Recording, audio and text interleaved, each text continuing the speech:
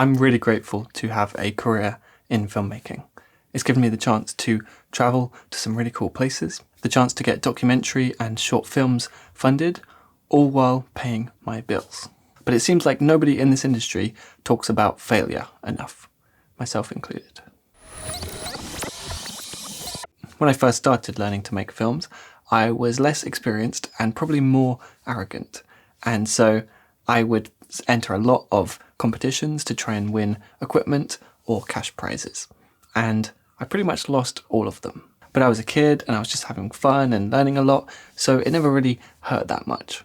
But then a few years later, when I put all of my heart and all of my soul and all of my savings into a short film called Two Wrongs, we did what everyone says you're supposed to do, and we entered it into some film festivals. I remember being disappointed that we didn't win anything. I think my first reaction was, okay, maybe I'm just no good at making films. And this was followed by a bit of a defense mechanism where I started thinking, well, who needs film festivals anyway? I thought that they were full of just, overly artistic films, and that even if you won, maybe it wouldn't be that valuable anyway. So I was making excuses and justifying.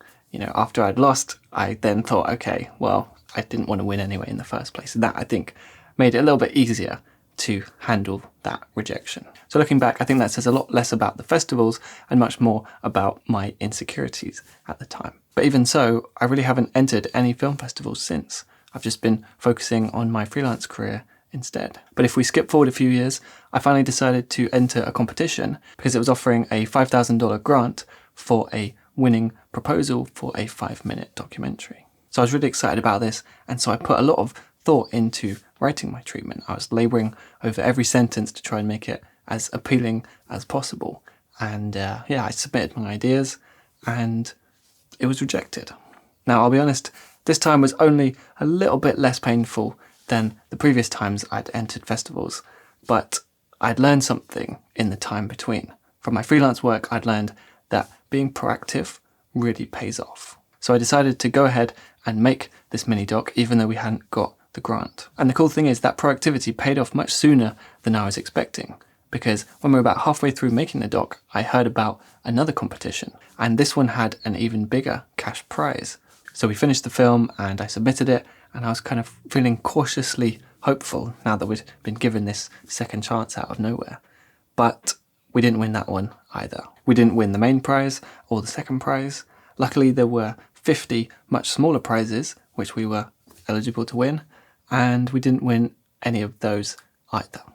So getting those 2 rejections in the space of a couple of months definitely brought up some of those old feelings I'd had about festivals, and a couple of new ones as well. I'm not proud to admit this, but I found myself watching the winning films trying to find flaws in them, and that's a dangerous game to play, because I can find myself thinking that these judges don't know what they're talking about, that the winners shouldn't have won. But those thoughts can just as easily turn into thinking that the judges must be right.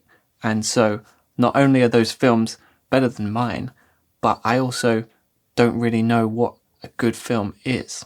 Now, of course, logically, I do know that all art forms are subjective and that festivals often are looking for a very particular thing based on the timing and based on their own preferences. Even if I believe that I've got room for improvement in terms of making films, I should always trust my taste, my preferences. But that is easier said than done. So with freelancing, I've learned to not count my chickens until they've hatched, and I've almost become desensitized to the idea of projects just not always happening. But even so, it's much harder to have that chilled out perspective when it's an esteemed panel of judges who are evaluating your work, and also I've put a lot more of myself into these projects compared to the freelance work.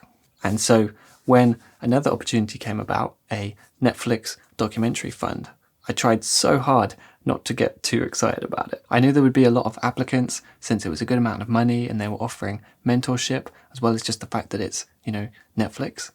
But somehow I was quietly confident. Since those last competitions, I'd learned a lot about pitching and what kind of makes a good treatment. And so this time I put even more effort into the application, really working hard to highlight all of the strongest parts of our story, really thinking about how to describe our character truthfully, while also slipping in some references to how this story is culturally relevant to today. So I sent off the application and waited a couple of weeks to hear back from them.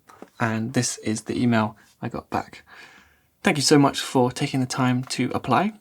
We regret to inform you that after careful consideration, we will not be taking your short documentary idea to the next round. So we didn't even get into the first round of consideration. There's no shortcut. This stuff can be tough. This stuff can be really demoralizing, especially when you have to spend money to enter into these festivals, or if you have to put a lot of time into entering the competitions. It can feel like a waste of time, but I really do believe that for every greenlit project, there are 15 rejections before it, you know, and so I'm just going to keep trying.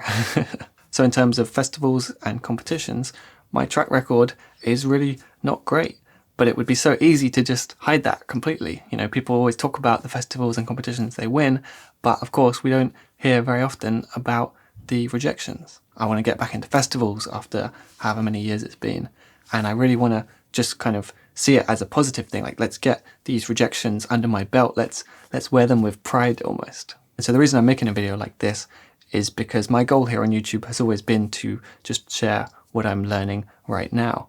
And for now, the lessons I'm learning are about trying to accept rejection. But if you'd like to get a much deeper look into my approach to my kind of creative work, then I'd like to invite you to watch my Skillshare class, which is all about building a career in this industry. Taking whatever ideas and passions and equipment that you already have and making the most out of it. So getting projects funded and building strategies to build up a sustainable career. Fortunately, Skillshare have sponsored this video, so I can give you a free trial of their online learning community. Members get unlimited access to thousands of classes, so you can learn about cinematography, you can learn about editing, and you can of course watch my classes too, all for less than $10 a month with an annual subscription. But the first 1,000 people to click the link in the description can get a free trial, so they can watch my class and a bunch of others totally for free. It's a 90-minute class jam-packed with pretty much everything I've learned over the past 10 years of trying, failing, and succeeding at being a filmmaker online. So yeah, thanks for watching, and I'd love to hear your experiences with rejection, because surely I can't be the only one. And yeah, I'll see you next time.